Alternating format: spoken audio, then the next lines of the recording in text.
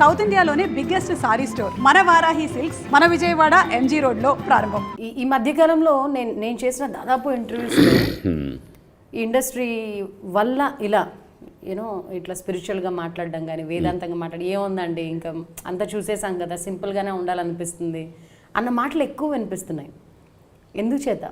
ఎందుకంటే మీకు ఇంకో విషయం తెలిసిన ఇక్కడ ఇండస్ట్రీలో రావాలని ఇక్కడ ఏం చెప్పాలండి అసలు ఎన్ని బాధలు.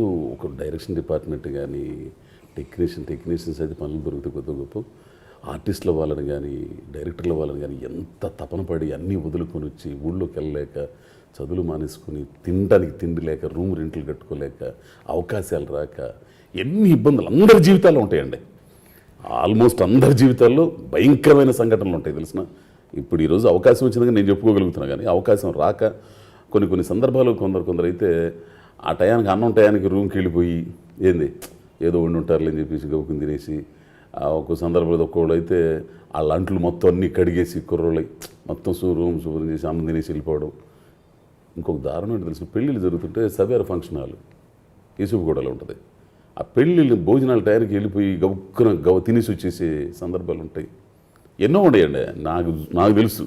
మీ జీవితంలో మీకు దేవుడా ఎందుకు వచ్చిన ఈ బ్రతుకు అనిపించిన ఒక సంఘటన? అంటే అట్లేం అనిపించలేదు, నేను తేల్చుకోవాలని వచ్చానుగా. నాకు ఇది మార్గం చేసుకో. మీరు అన్నారు కదా ఎన్నో ఒడిదుడుకులు చూసారని చెప్పి, దాంట్లో అతి భయంకరమైన ఒక సిచ్యుయేషన్ చాలా ఉండే. ఏం చెప్పాలి, ఎన్నని చెప్పాలా? మీ కంటతడి పెట్టించింది, మీరు మర్చిపోలేంది ఏవో 2-3 చెప్పండి. వచ్చి ఉండయండి. మా సాంబలక్ష్మి ఆవిడ 100 రూపాయలు ఇచ్చింది కృష్ణ ఎక్కమని. కృష్ణ ఎక్స్ప్రెస్ ఎక్కే రావాలి. 98 రూపాయలు టికెట్, 2 రూపాయలు చేతిలో ఉంది. గౌకని తెల్లారి షూటింగ్. కృష్ణ మా ఊర్లో ఆగిద్ది, దానికి రావాలి. ఆ 2 రూపాయలు ఉంది నా దగ్గర. కృష్ణ టయానికి అన్నం ఉడకలే తెలిసిన. వాటర్ బాటిల్ తీసుకుని ఎక్కి కూర్చొని వచ్చా. అన్నం ఆకలి అవుతుంది. ఎప్పుడో బస్సులు చాలా అలవాటు అయిపోయింది. చిట్యాల దగ్గర బండి అయిపోయింది. ఇది మన జన్మభూమి ఎక్స్ప్రెస్ ఇంజిన్ చెడిపోయింది. అందరు దిగి వెళ్ళిపోతున్నారు రోడ్డుకి. ఎప్పటికో ఆ ఇంజిన్ రావాలి అని చేయాలి. ఆకలి అవుతుంది. ఏంది ఎక్కడి నుంచో బేల్దారి పనులకి హైదరాబాద్ వచ్చేవాళ్ళు అన్నాలు తింటున్నారు. కష్టజీవులకు తెలుసు ఆకలి అయితే ఏంటి ఆ మొహంలో కనిపెడతారు. అని ఒక ముద్ద గోంగూరతో పెద్ద ఆయన ఒక ముద్ద అన్నం పెట్టాడు. ఏంది ఆ ముద్ద అన్నం తిన్నాను నేను. ఆ నీళ్ళు తాగాను. రైతులు 9 గంటలకు 9:30కు ఇక్కడికి చేరుకుంది అది. అక్కడి నుంచి మధురానగర్ స్టూడియో దాకా నేను నడుచుకుంటూ వచ్చాను. ఇట్లాంటివి చాలా ఉన్నాయి. మీకు ఇంకో విషయం చెబితే అసలు ఇక్కడికి వచ్చిన తర్వాత సీరియల్ చేస్తా కూడా సీరియల్స్ అన్నీ చేస్తా కొంచెం అన్నీ చేసిన తర్వాత పని లేక మళ్ళీ ఈసువు కూడా చెక్ పోస్ట్ బస్తీ ఉంటుంది, అక్కడ అడ్డం ఉంటుంది. అక్కడి నుంచి మధుర మన మాదాపూర్ పెయింట్ పనికి వెళ్ళేవాడిని తెలిసిన. కూలికి వెళ్ళేవాడిని. ఆ సంఘటనలు అన్నీ అలవాటు పడిపోయాను నేను అసలు. అంటే ఫస్ట్ నుంచి కష్టాలు అవమానాలు చాలా ఉండేయండి జీవితంలో చిన్నప్పటి నుంచి కూడా. నాకేమని అనిపించట్లే ఇవన్నీ కూడా. అవన్నీ చూసినా కూడా ఈరోజు తినడానికి కొంచెం తింటున్నా కానీ కష్టపడడం వచ్చాం అంతే తప్పితే దీన్ని చూసి మీరంత సింపుల్గా ఉన్నా బయట మిమ్మల్ని చూసే పబ్లిక్ మిమ్మల్ని పొగుడుతూ ఉంటారు. మీరు బాగా చేశారండి అంటారు. రంగస్థలం తర్వాత ఇంకెక్కువగా అప్రిసియేషన్స్ ఎక్కువ అవుతుంటాయి కదా. ఇట్లాంటివన్నీ చూసినప్పుడు ఏమనిపిస్తుంది? ఏమనిపిస్తుంది నాకైతే ఏదో అనుకుంటున్నాను. నా ధర్మం నేను వర్తించాను, నాకు అవకాశం వచ్చింది, నిరూపించుకున్నాను. వాళ్ళు మెచ్చుకుంటున్నారు, గ్రేట్. అది ఆ అప్లాస్మెంట్ గుర్తిస్తున్నారు అనే ఫీల్ ఉంటుంది. కానీ మొదట్లో కూడా ఇట్లనే ఈ యాటిట్యూడ్తోనే ఉండేవాళ్ళ? ఫస్ట్ నుంచి ఇంతే. ఇప్పుడు అంటే అన్ని చూసారు. ఫస్ట్ నుంచి కూడా ఇంతే. అసలు ఫస్ట్లో గబుకుని చూసి ఈ టీవీలో కనపడేవారు కదా. వాళ్ళు ఏంటంటే కొంచెం ప్రేక్షకులు ఏంటంటే టీవీలో కనపడే సినిమాలు ఒక రకంగా ఊహిస్తారు. కొంచెం ఇదిగా ఉండను. నా మంది అదే లేదు, నడుచుకుంటూ వెళ్ళిపోతుంటాం అని చేసుకుంటూ ఉంటాను నేను. ఆ అభిమానం, ఆ గుర్తుపట్టాలనే దీంతోనే కదా మీరు వచ్చారు ఇంత దూరం. అబ్బే అది కాదు, నన్ను గుర్తుపట్టాలి, నలుగురు పొగడాలని ఇది కాదండి నాకు. అబ్బే నేను నిరూపించుకోవాలి, బ్రతకాలి, నటుడుగా నేను ఇదవ్వాలి. అంతేగాని అందరు గుర్తుపట్టేసేయాలి, నన్ను మా బ్రహ్మరథం పట్టాలా, నేను ఎక్కడికెళ్ళిన పూర్ణ కుంభంతో స్వాగతం పలకాలా, ఇవన్నీ కాదండి. ఇప్పుడు సహజంగా టీవీలో కనిపించాలో లేకపోతే బిగ్ స్క్రీన్ మీద కనిపించాలో చిరంజీవి పక్కన బాలకృష్ణ పక్కన ఒక క్యారెక్టర్ ఆర్టిస్ట్ గా చేస్తే మంచి గుర్తింపు వస్తుందని కదా సినిమాల్లోకి వస్తారు. గుర్తింపు కోసం మీరు ఎట్లా అనగలుగుతారు? గుర్తింపు కాదు కదా. ఉంటే కొంతమందికి ఉంటే ఉండొచ్చు కదా. 99.99% గుర్తింపు కోసం వస్తారు. 1% లో నేనుండా.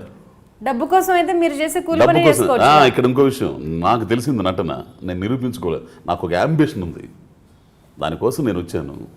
ఏంది దాంతో బ్రతకాలి, దాంతో కూడా బ్రతుకు వచ్చింది కదా. నాకు ఈ సమాధానం అర్థం కానట్టుంది, కొంచెం డీటెయిల్గా చెప్పండి. నా క్వశ్చన్ ఏంటంటే, ఏమంటే గుర్తింపు కోసం కాదని మీరు అంటున్నారు, గుర్తింపు కోసం చాలా వరకు సినిమా ఇండస్ట్రీకి వస్తారని నేను అంటున్నాను. కేవలం డబ్బు కోసమే ప్రూవ్ చేసుకోవాలి అంటే చాలా రంగాలు ఉన్నాయి కదా. నేనైతే నటుడు అవ్వాలని కోరికండి నాకు ఫస్ట్ నుంచి ఆలోచన ఉంది. ఏంది నేను కూడా నాలో ఉన్న ప్రతిభను నిరూపించుకోవాలి, ఏంది రకరకాల క్యారెక్టర్లు చేయాలి. ఎవరైతే ఇన్స్పిరేషన్ అని చెప్పానో ఈశ్వరంగారావు గారి దగ్గర నుంచి రావుగోపాలరావు గారు, నాగభూషణం గారు, ఆర్ నాగేశ్వరరావు గారు, వీళ్ళందరి కోవకులతో అట్లాంటి క్యారెక్టర్లు చేయాలి మనం. గుర్తింపు మనలో ఉన్న నటుడిని మీ తృప్తి కోసం చేయాలి అంతే. ఏంది నటుడిని చేసుకోవాలి. తద్వారా నేను కూడా బోధ దొరికింది నాకు ఏంటి అనేది దాంతో ఇదైంది. అయితే అందరు నన్ను గుర్తుపట్టేలా ఇది చేయాలి. తర్వాత గుర్తుపట్టడం ఇవన్నీ చేయటం, ఫేమ్ రావటం ఇవన్నీ మన సహజం అయ్యాన్ని. ఎంత మనం వద్దనుకున్నా వస్తున్నప్పుడు మనకు వచ్చే పాజిటివ్ వైబ్రేషన్ వేరు ఉంటాయి. అది ఇప్పుడు అందరూ ఇప్పుడు ఈ రంగస్థలం తర్వాత నా లైఫ్లో ఎప్పుడు లేదు ఇట్లా. ఏ ఫోన్లు కానీ అందరు కానీ ఇది అవుతున్నారు. అవునా అంత గొప్పగా చేశానని, సమ్మర్ హాట్ లో కూడా చల్లగా అనిపిస్తా ఉంటుంది అంత గొప్పగా చేసానా అనిపిస్తుంది ఒక టైంలో. అయితే మాత్రం నాలో ఉన్న నటుడిని నాకు నేను తృప్తి పడే విధంగా నాకు ఛాలెంజింగ్గా ఈ సినిమా మాత్రం ఇన్నాళ్ళకి నాకు చాలా సందర్భాల్లో సినిమా ఇండస్ట్రీలో ఒక సక్సెస్ చూసిన తర్వాత ఒక సర్టైన్ స్టేజ్ దాటిపోయిన తర్వాత ఒక కైండ్ ఆఫ్ ట్రాన్సిషన్ స్టేజ్ అంటారు కదా. ఇప్పుడు ఏంటి, ఓకే అందరూ పొగిడేశారు, అంతా బాగుంది, పీక్స్కి వచ్చేసింది నా రికగ్నిషన్. ఆ టైంలో కూడా ఒక టెన్షన్ మొదలవుతుందండి. ఏంటది, దీన్ని ఎలా కాపాడుకోవాలా అని.